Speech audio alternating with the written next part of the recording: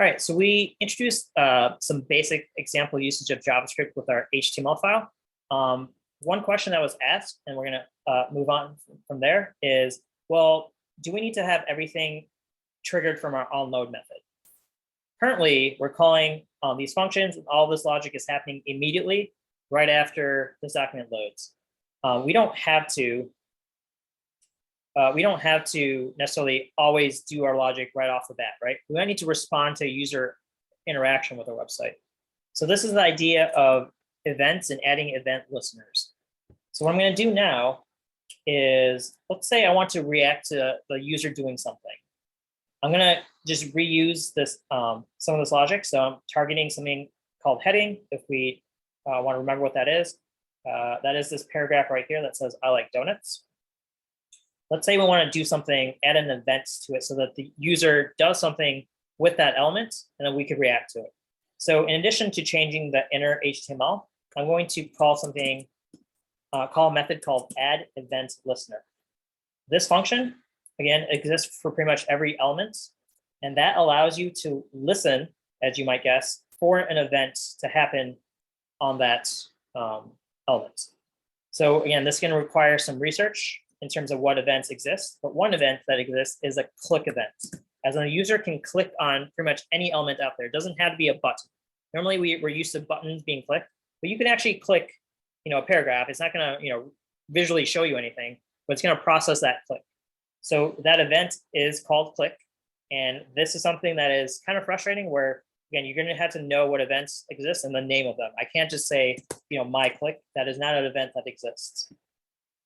So click is an event that already exists between your browser. So if I add event listener for click, I'm going to call some function. Let's say on main div click. All right, so this is my function that I've yet to create. So let's create that function. Const on main div click. It's going to be a fat arrow function just because we use those a lot in React. Main div, let's do something with that. So I'm going to get that item again. Actually, I don't need to. There should be an event here. And then I'm going to simply if event, just do nothing. All right, the reason I'm doing this is because I want to add a breakpoint and actually show you what event has. So every event listener is going to get this event object passed to it automatically. Nothing that you had to pass. It's automatically going to pass. Let me run this and see what happens. So let's go to run, start the bug. Should bring up our file. Okay, I have a breakpoint here. I don't want it. Get rid of that. Move this over. Okay, so let's continue. Let's play on. All right, notice that all this stuff happened. So I should see cyan. I should see today is Wednesday, but we added an event listener. So now that paragraph, or I guess this is not a div, this is a paragraph. Sorry for that naming. But that paragraph now has an event that will be responded to. In this case, when we click on that paragraph element, this function should trigger. So let's see what happens. So I go here, again, this is the paragraph in question. If I click on this stuff, nothing happens. If I click on this, notice now I'm actually in this method. So this is called a handler. It's handling the event. So in this case, I clicked on it because click was the event that I specified. And now I'm executing this logic. So this logic did not fire on load as it automatically when the page loaded. It happened due to a user event or user interaction with the web page. So the reason I set a breakpoint here is because I wanted to show you what this event object kind of looks like. So if I go to my watch variables, oh yeah, there it is. All right, so this events. Let's expand this so we can see a little better. Notice that you have a whole list of attributes. It tells me client X, client Y. So it actually tells me where on your web page, on my web page, that this click happened. It happened at coordinates 83, 61. If you remember, coordinates are from the top left.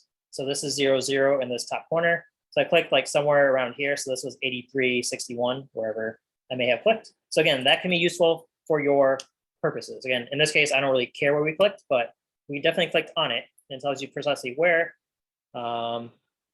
There's, again, a whole wealth of information here. I'm not going to go through every thing, but again, you can also know what buttons were pushed. So like if there was a control click versus a shift click versus a normal click, you should have enough information to determine what type of click it was. You could probably also know if it's a right click or a left click for like Windows machines, obviously have multiple buttons. That information would be contained in this events object.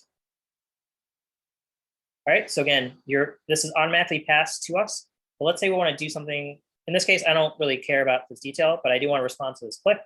So let's add some code in here. I don't care about the event. Let's get our, it's not a div, but it's a paragraph. So let's update that. Main, let's call it main P.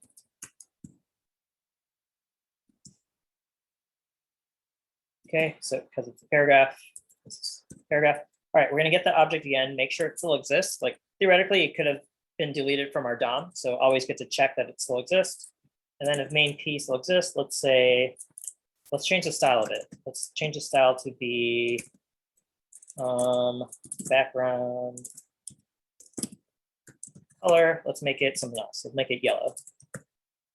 Hopefully that's easy enough to read on green. Where's that green? Make this darker.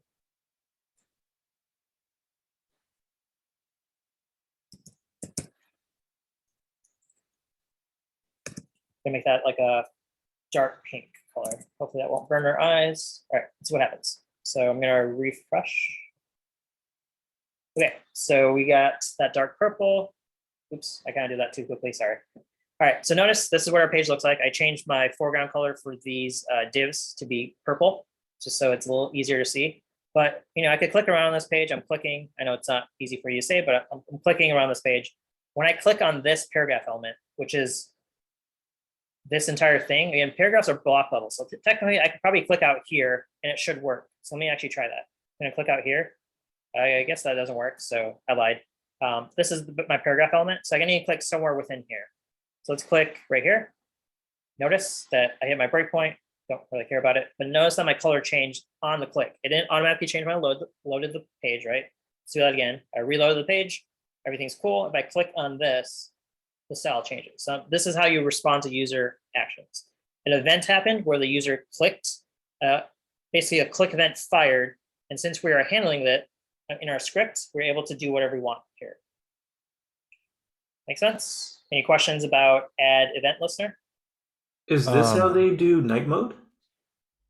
Sorry, One way to do I'm night not mode? familiar with what was that term? Night mode or dark mode? Like it's usually a button and it turns everything black. Yeah, exactly. Yeah, so in night mode, yeah, you probably have something a little more elaborate than this, but yeah, you click a button and I can update a style for everything. You probably have a universal selector that you could target, and we'll actually get to that in one moment. Again, event listener targets some events. So if you want to, you can Google HTML DOM events and it can tell you pretty much, I don't know if this is all the events that can happen, but again, click is one of them. There's also blur, which is when you lose focus from an element. You can drag an element. Again, there's a lot of events that the user can do with your elements.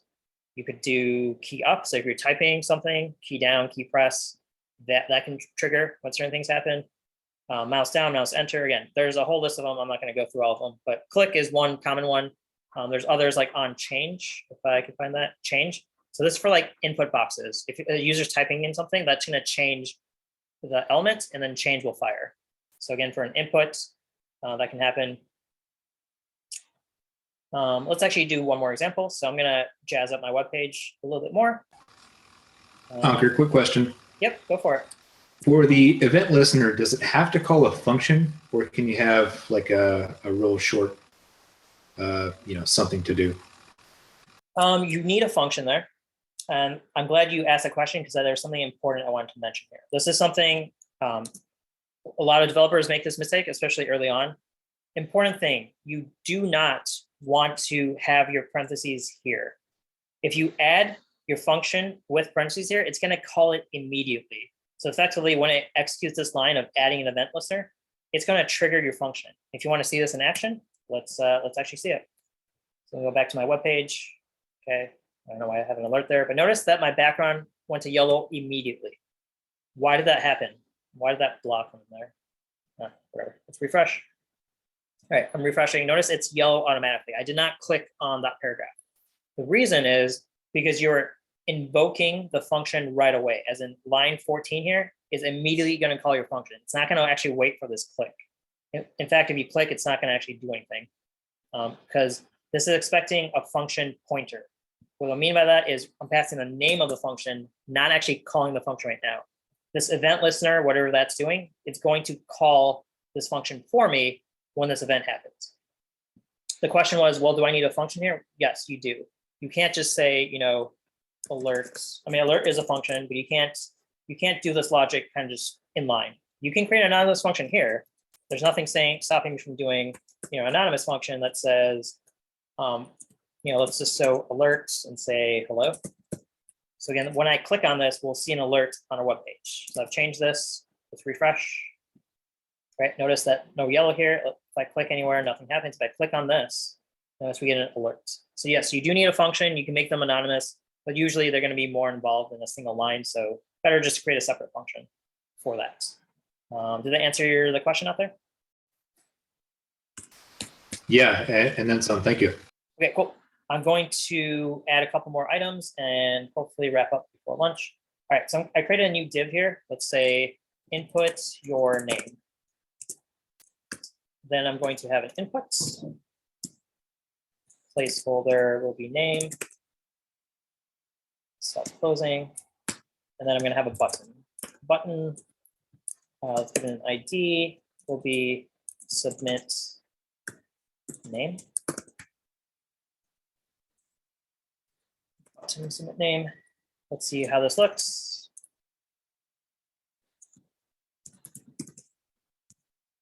All right, so I've added this input and submit. I don't know why I have an exclamation there. It's not a command. Say, please be nice to our users. Notice that's all, these two are on different levels. Well, it's because paragraphs are block level. If I want to make this maybe just a span, that hopefully should let me put everything on one line. All right, there we go. So everything is on one line. I'm gonna get rid of this just because it's kind of distracting. Hopefully you guys are good with the example. So let me comment this out. All right, so we just have a simple input. Oops. Alerts, as I mentioned, are annoying. Let's get rid of this alert. All right, so now we just have a simple, please input your name and input and a submit. Right now I can enter my name, like let's say my name is Bill Gates. I hit submit, nothing happens, right? Because we didn't add any functionality. This is a button, there's a click event happening, but that click event is not being handled by anything. So this is another example where we could add something. So let's say I want to target that. Notice I gave it an ID. I gave it an ID of button submit name. So buttons should have an on-click handler automatic or events automatically. So let's see. Sorry, I'm gonna need to add that. So here, let's just do it in our onload. We're gonna get something from our document. So in this case, will be button submit name. That was button. Oh, this is, I guess we're using query selector. So we'll use it. Actually, I'm gonna use get element by ID because I prefer that. Get element by ID, and the name is button dash submit name. Make sure we got something. So button submit name. If that is not null, looks like I misspelled it. Submit. Let's add an event listener. So button submit name, add event listener, click. And then we want to call a function. In this case, I'm going to do this inline because it's not going to be anything elaborate. Actually, no, I'll let's say handle button. Ankur, I have a question. Yep. If you put it on window on load, wouldn't it try to render the name before you type anything in? No, because I am not calling this function. I'm saying simply attach a handler function to this event. Oh, okay, cool. Versus these functions on here, I'm calling them. Again, the difference is parentheses. When you add the parentheses, it's going to call those functions that execute that logic right away. If you don't put those, this is basically a pointer to a function, which will be called later by the framework. So I'm going to do this. Don't forget my const, else Guillermo will yell at me. Const, so handle submit name. Now we want to actually grab a name. So I'm going to do that via another get element by ID, username inputs. This is going to target input username if that exists. Say let's name empty. Let's actually do this in one line. Hopefully you guys are familiar with ternary operators. If that is not null, we're going to do user input value. This is a little different. Inputs have value, not necessarily inner HTML. Or else we'll do no name provided.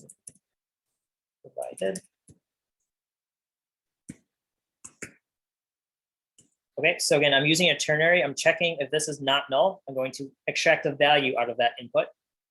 Otherwise, I'll just default to no name provided, and then I'll do the dreaded alerts.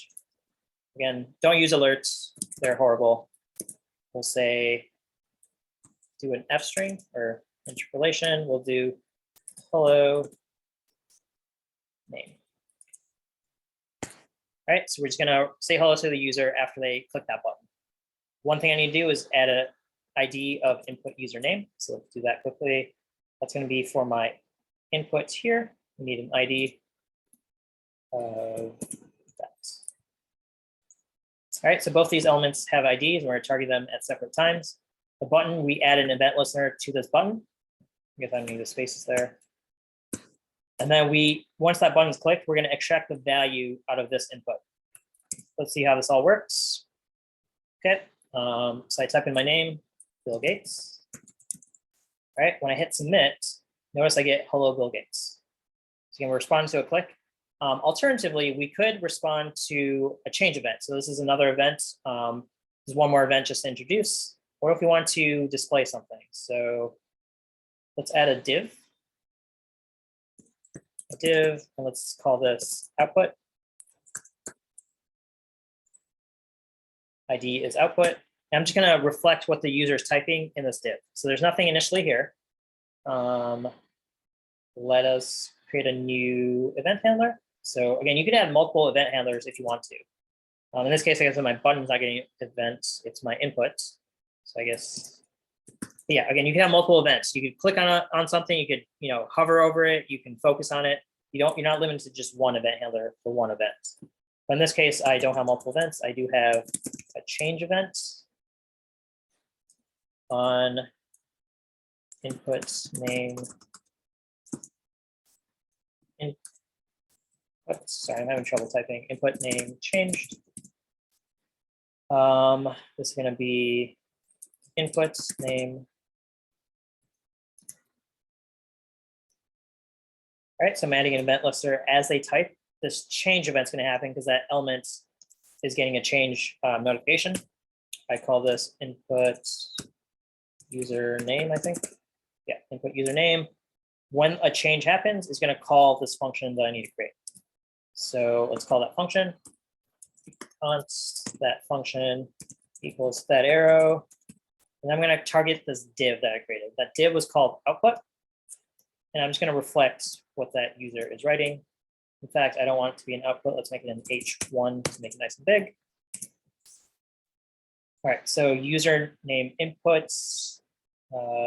That's not what I want. I want to get output. It's going to be output div.